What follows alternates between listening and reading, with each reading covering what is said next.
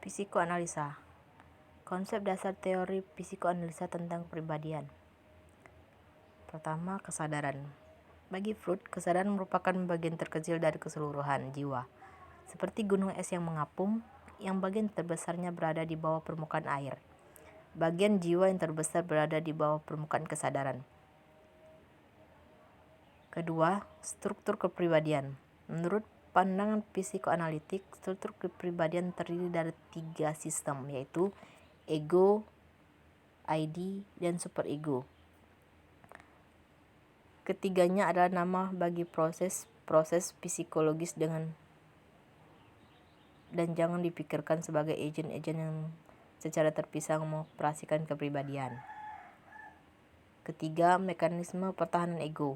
Mekanisme pertahanan ego membantu individu mengatasi kecemasan dan mencegah terlukanya ego. Mekanisme pertahanan ego itu tidak selalu patologis dan bisa memiliki nilai penyelesaian jika menjadi satu gaya hidup untuk menghindar kenyataan. Yang keempat itu perkembangan psikoseksual. Sumbangan yang berarti dari model psikoanalitik adalah pelukisan tahapan perkembangan psikososial dan psikoseksual individu dan dari lahir hingga dewasa.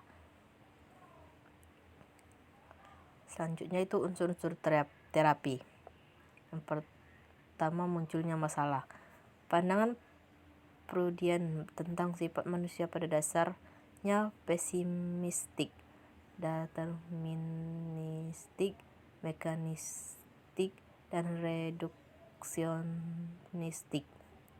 Menurut Freud, manusia dideterminasi oleh kekuatan irasional, motivasi tak sadar, kebutuhan dan dorongan biologis dan naluri, dan oleh peristiwa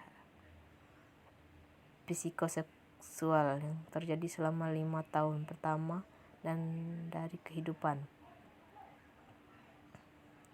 Selanjutnya itu teknik-teknik terapi.